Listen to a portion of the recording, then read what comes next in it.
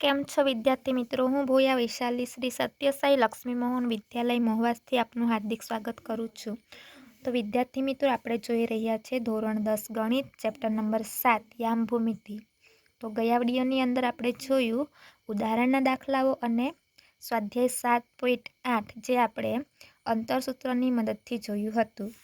તો આજે આપણે સ્વાધ્યાય 7.1 નો છઠ્ઠો અને 7મો દાખલો જોઈએ. ત્યારબાદ આપણે વિભાજન સૂત્ર વિશે જોઈશું. તો સ્વાધ્યાય 7.1માં છઠ્ઠો દાખલાની રકમ આપેલી છે કે નીચે દર્શાવેલ બિંદુઓથી જો ચતુષ્કોણ રચાતો હોય તો તેનો પ્રકાર જણાવો અને તમારા જવાબ માટે કારણ આપો. તો કે આ બિંદુઓ દ્વારા ચતુષ્કોણ રચાતો છે કે નહીં એ આપણે જણાવવાનું છે અને એનો પ્રકાર કયા ચતુષ્કોણ છે એ જણાવવાનું છે. તો આપણે પહેલો દાખલો કરીએ અને બીજો અને ત્રીજો તમારે હોમવર્કની અંદર કરવાનું રહેશે. તો આપણને પહેલા દાખલાની અંદર રકમ આપેલી છે કે એના બિંદુઓ આપેલા છે -1, -2, 1, 0, -1, 2, 3, 0. તો આ જે બિંદુઓ આપેલા છે એને આપણે ચતુષ્કોણ બને છે કે નહીં એ ચેક કરવાનું છે. તો હવે આપણે અંતરસૂત્રનો ઉપયોગ કરીશું, બરાબર. અને આપણું અંતરસૂત્ર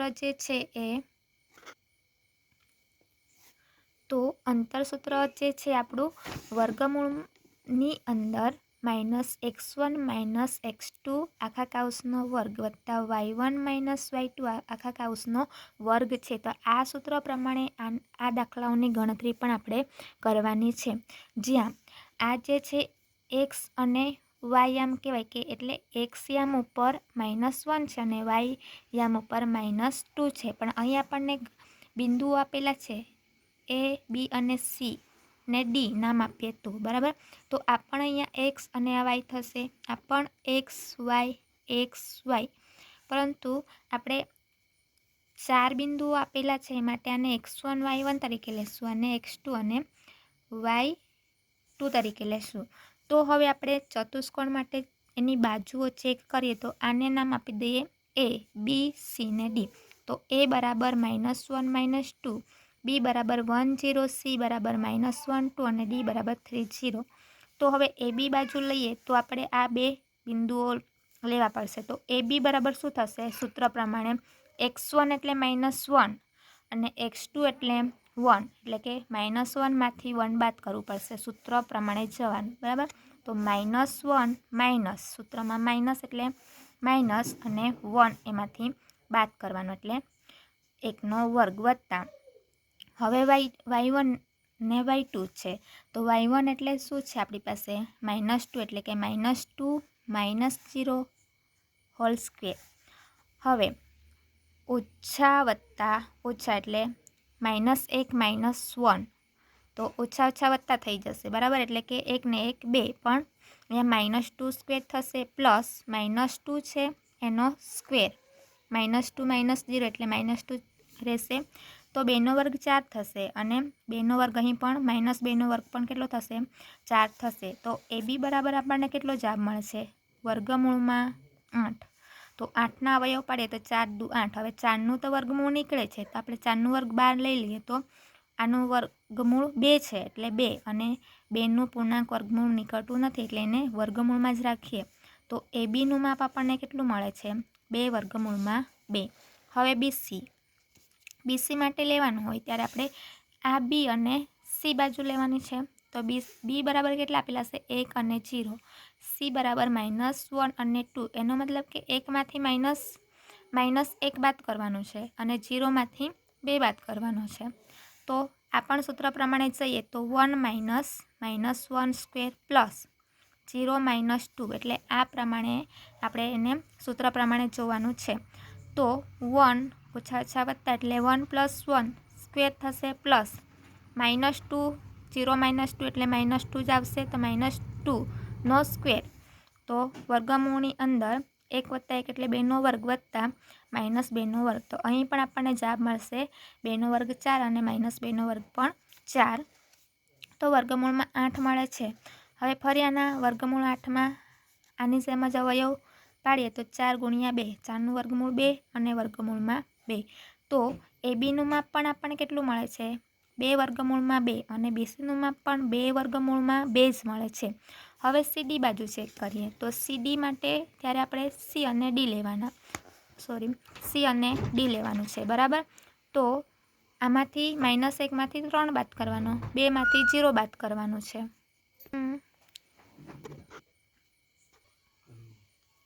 હવે સીડી, તો સીડીમાં -1માંથી -3 એ આગળ જે અહીંયા આપેલા છે સી અને ડીના, એ પરથી જેવી આગળ પ્રોસેસ રીત કરી છે એ જ પ્રમાણે એનું પણ સીડી માટે પણ આપણે કરવાનું છે.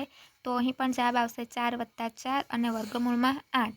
તો સીડી બરાબર પણ એના અવયવ પાડીએ તો વર્ગમૂળમાં 4 ગુણ્યા 2, 4નું વર્ગમૂળ 2 અને વર્ગમૂળમાં 2, બરાબર. તો આનો જવાબ પણ આપણને સીડી બરાબર પણ 2 વર્ગમૂળમાં 2 જ મળે છે. તો એડી માટે જવાબ મળે કે એ પણ ચેક કરી લઈએ, બરાબર. તો અહીંયા પણ એડી, તો એ યામ અને ડીના લેવાના છે બધા યામ, બરાબર. તો અહીં પણ આપણને આની તમે કેલ્ક્યુલેશન કરશો એટલે જવાબ મળશે એડી બરાબર 2 વર્ગમૂળમાં 2 જવાબ મળે.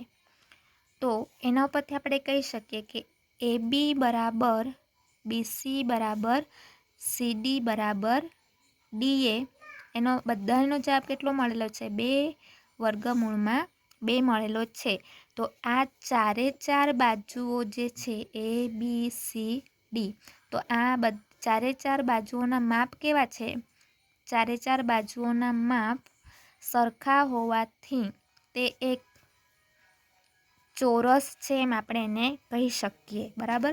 તેનો પ્રકાર કેવો છે? ચોરસ છે. હજુ વિકર્ણ આપણે શોધવાનું બાકી છે, બરાબર. તો વિકર્ણ પણ શોધી લઈએ. તો વિકર્ણ માટે એ અને સીના યામ લેવાના. તો એના યામ જે હશે એ અને સીના યામ જે હશે એ અંતરસૂત્રમાં તમે એની કેલ્ક્યુલેશન આગળ કરી છે એ પ્રમાણે કરશો તો એનો જવાબ મળશે આપણને 80 બરાબર 4. એ તમારે જાતે કરી લેવાનું, બરાબર. બીડી બરાબર વિકર્ણ બીડી જોઈએ તો આપણે આવી રીતના બાજુઓ જે છે એ તો સરખી જ મળેલી છે, બરાબર. તો એ બી સી અને ડી આ બાજુઓ બધી સમાન મળેલી છે, પણ એસી અને બીડી સમાન મળે છે કે નહીં ચેક કરવાનું. તો એસી બરાબર 4 મળ્યું છે આપણને, તો બીડી બરાબર પણ 4 હશે તો એ એક ચોરસ છે એમ આપણે કહી શકીએ, કારણ કે બાજુના માપ સરખા હોય તો એ ચોરસ થાય. તો બીડી બરાબર પણ હવે તમારે બી અને ડીના યામ લેવાનું અને સેમ આગળ અંતરસૂત્રની અંદર x1 y1ના કિંમત મૂકી તમને આમાં પણ જવાબ મળશે 4, એટલે કે અહીંયા 16 મળેલું છે વર્ગમૂળમાં, તો 16 એનું વર્ગમૂળ કેટલું છે? 4. તો વર્ગમૂળમાંથી એ 4 બહાર આવી જશે, બરાબર. એટલે કે આપણે એમ લખી શકીએ ને કે 4નો વર્ગ કરીએ તો 4 × 16, એટલે આ વર્ગમૂળ અને વર્ગ નીકળી જશે, એટલે આપણો જવાબ મળશે 4. તો અહીં પણ આમ જ થાય છે. તો અહીં પણ આપણને 4 જવાબ મળે છે અને અહીં પણ આપણને 4 જવાબ મળે છે, એટલે કે વિકર્ણ જે છે એ બંને એકબીજાને બરાબર છે, એટલે એસી બરાબર બીડી બરાબર 4. આમ દરેક બાજુ સમાન છે અને વિકર્ણ પણ સમાન છે, તેથી એબીસીડી એ ચોરસ પ્રકારનો હશે, એટલે કે ચોરસ આકાર હશે એની અંદર. હવે 7.1નો 7મો દાખલો જોઈએ, જે 2 - 5 અને -2 9થી સમાન અંતરે હોય તેવું x અક્ષ પરનું બિંદુ શોધવું. એટલે આપણે x અક્ષ પરનું બિંદુ શોધો એમ કીધેલું હોય તો આપણે આવી રીતના x પરનું શોધેલું હોય તો આપણે y આમ શું લેવાનું? 0 લેવાનું. જો અહીં આપણને શું કીધું છે કે x અક્ષ પરનું બિંદુ શોધો, તો x અક્ષ પરનું બિંદુ શોધવા કે તો આપણે x અક્ષ લખી અને y આમ 0 લખવાનું. જો તમને એમ કહે કે y અક્ષ પરનું બિંદુ શોધો, તો y અક્ષ પરનું કીધેલું હોય અક્ષ પર, તો x યામ એમાં શું થશે? 0 થશે અને y યામ આપણે y લેવાનું, બરાબર. એટલે x યામને 0 કરી નાખવાનું. જો x પરનું કીધેલું હોય તો y યામને 0 કરવાનું, y અક્ષ પર કીધેલું હોય તો x અક્ષને 0 કરવાનું, બરાબર. તો આ રકમ પરથી x અક્ષ પરના કોઈ પણ બિંદુ નો વાયામ શૂન્ય હોય છે, એટલે એક્સ પરના કોઈપણ બિંદુ માટે વાયામ આપણે શૂન્ય લેવાનું હોય. માટે ધારો કે P(x0) અને એક્સ અક્ષ પરનું એવું કોઈ બિંદુ છે જે, એટલે P(x0) લઈ લઈએ આપણે, x0 બરાબર.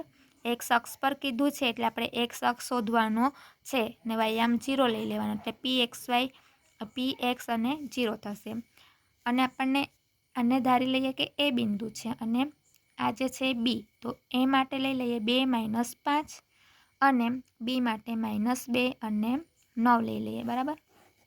હા, થી સમાન અંતરે આવેલ છે. અહીં શું આપેલું છે કે આ જે છે સમાન અંતરે આવેલું છે, એટલે કે સમાન અંતરે છે, એટલે એનો જવાબ મળશે આપણને એ એકબીજાને સમાન છે એવું આપણે ધારી લેવાનું પછી બરાબર. તો આ સમાન અંતરે આવેલ હોય તો આપણે લખી શકીએ કે આ પી અને એનું આપણે અંતર શોધીશું, એ પીએનું અંતર, અને આ પીબીનું અંતર કેવું થવું જોઈએ, સમાન થવું જોઈએ. એટલે એકવાર પીએનું અંતર અને પીબીનું અંતર આપણે શોધી નાખીએ, એ અંતર સમાન છે એમ આપણે કહેવાનું બરાબર. તો પી બરાબર x0 અને એ અને બીના યામ આપેલા છે.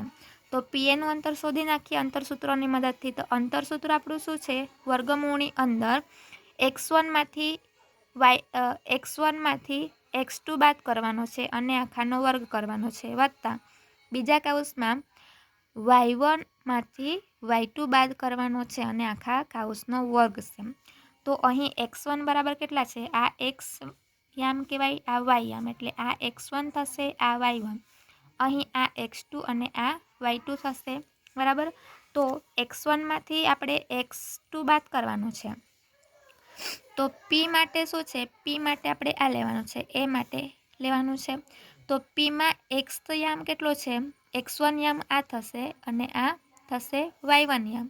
તેવી રીતના આ થશે આપણો x1 ને y1 છે, તો આ x1 અને આ y1 થશે. તો x1 બરાબર તો x આપેલો છે, તો આપણે x લખવાનું, અને આ x2 અને y2 થશે. તો x2 બરાબર 2 આપેલા છે, તો -2 આખાનો વર્ગ. સૂત્ર પ્રમાણે જ આપણે જવાનું છે, સૂત્રમાં વત્તા છે તો વત્તા, પછી y1માંથી y2 બાદ કરવાનું, તો y1 તો 0 છે, તો આ 0 માઇનસ, સૂત્રની અંદર વચ્ચે માઇનસ છે, -5 આખાનો વર્ગ, એટલે કે આ જે y2 છે -5 છે, -5નો વર્ગ વર્ગમૂળની અંદર.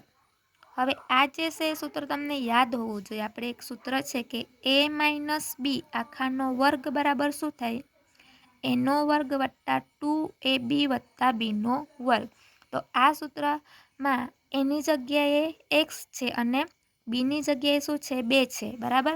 તો x - 2 આખા કૌંસનો વર્ગ બરાબર, આ સૂત્ર પ્રમાણે જઈએ તો એનો વર્ગ એટલે કે xનો વર્ગ થશે, એનો વર્ગ એટલે xનો વર્ગ, સોરી અહીંયા માઇનસ આવશે, અને -4x કેવી રીતના, તો કે આ 2, a એટલે x થશે, b એટલે 2, એટલે આ 2, એટલે 2 દુ 4x, એટલે 4x થઈ ગયું. પછી બીનો વર્ગ, તો અહીંયા બીની જગ્યાએ શું છે, 2 છે, તો 2નો વર્ગ એટલે 4 થશે, 2નો વર્ગ 4, વત્તા અહીંયા વત્તા એટલે વત્તા, અને આ 0 ઓછા વત્તા એટલે વત્તા 5નો વર્ગ 25 થશે, 5નો વર્ગ 25. હવે xનો વર્ગ -4x, 25 વત્તા 4 એટલે 29 થશે. તો આપણને પીએ બરાબર કેટલું મળે છે, આ મળે છે, સમીકરણ 1 નામ આપી દઈએ. હવે પીબી શોધી નાખીએ.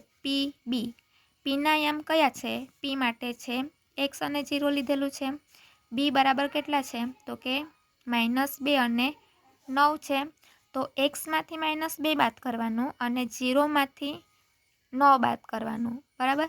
તો ફરી સૂત્ર પ્રમાણે શું થશે, xમાંથી -2 બાદ કરવાનું, એટલે x -2 આખા કૌંસનો વર્ગ વત્તા 0માંથી 9 બાદ કરવાનું, એટલે 0 - 9 આખાનો વર્ગ થશે.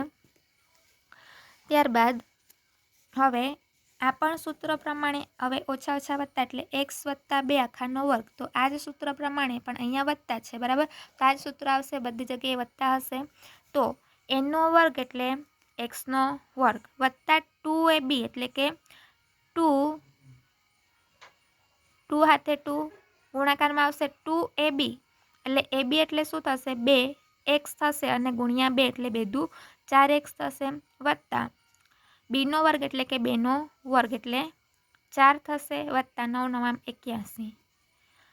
તો એક્સનો વર્ગ વત્તા 4x વત્તા 81 વત્તા 4 કરીએ તો 85 મળશે. સમીકરણ 2 એટલે પીએ બરાબર શું આવ્યું આપણે આ સમીકરણ આવેલ છે. તો હવે આ સમીકરણ 1 અને સમીકરણ 2 તો આપણને અહીંયા આપેલું છે કે પીએ બરાબર પીબી, તો આપણે શું કરવું પડશે આ સમીકરણને આપણે લખવું પડે. તો પીએ બરાબર પીબી થતું હોવાથી એમ આપણે રકમમાં આપેલું છે કે એ અને બી એ સમાન છે એમ કીધેલું છે, એટલે પીએ બરાબર પીબી લખવું પડે. તો પીએ બરાબર કિંમત કેટલી મળેલી છે, આ કિંમત મળેલી છે આપણને.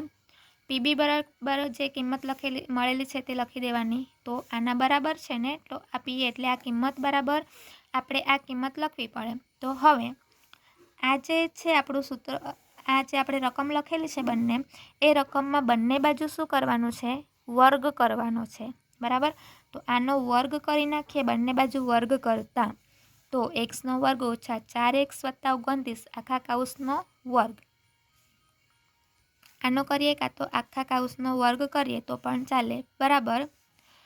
એક્સનો વર્ગ વત્તા 4x વત્તા 85 આખા કાઉસનો વર્ગ કરી નાખીએ તો શું થશે, તો કે આ વર્ગ અને આ વર્ગને વર્ગમૂળ કેન્સલ, વર્ગને વર્ગમૂળ કેન્સલ એટલે આખી કિંમત આ બહાર આવી જશે. એટલે એક્સનો વર્ગ ઓછા 4x વત્તા 29. આપણે કેમ વર્ગ કર્યો, કારણ કે આપણે આ વર્ગમૂળને કાઢી નાખવું હતું. તો વર્ગમૂળ ક્યારે નીકળે, જ્યારે આ કિંમતનો આપણે વર્ગ કરીએ ત્યારે એનું વર્ગમૂળ નીકળી જાય, વર્ગને વર્ગમૂળ કેન્સલ થાય એટલે. તો આ આપણને મળી ગયું આટલું બેઠું વાઇસ આપણે લખી નાખવાનું. હવે એક્સનો વર્ગ છે, હવે આ કિંમત અને આ જમણી બાજુ છે, બરાબરની જમણી બાજુ છે, તો એને આપણે આ સાઈડ લઈ આવીએ ડાબી બાજુ, બરાબર. બરાબરની આ સાઈડ લાવીએ તો પ્લસ હશે તે માઇનસ ને માઇનસ તે પ્લસ થાય, બરાબર. તો આ કિંમત પહેલાં લખી નાખીએ, એક્સનો વર્ગ ઓછા 4x વત્તા 29.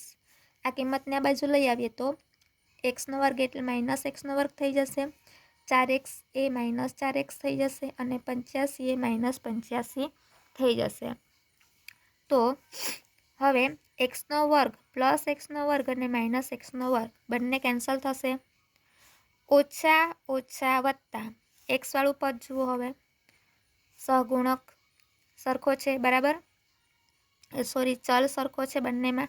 તો -4x નો શું થશે સરવાળો થશે, ઓછા ઓછા વત્તા એટલે 4 દુ 8 અને માઇનસની નિશાની. તો આ બંને માટે શું આવે છે -8x. હવે -85 પ્લસ 29, તો -85માંથી પ્લસ 29 એટલે ઓછા વત્તા ઓછા થાય એટલે 85માંથી 29 બાદ કરીએ તો 56 જવાબ મળે.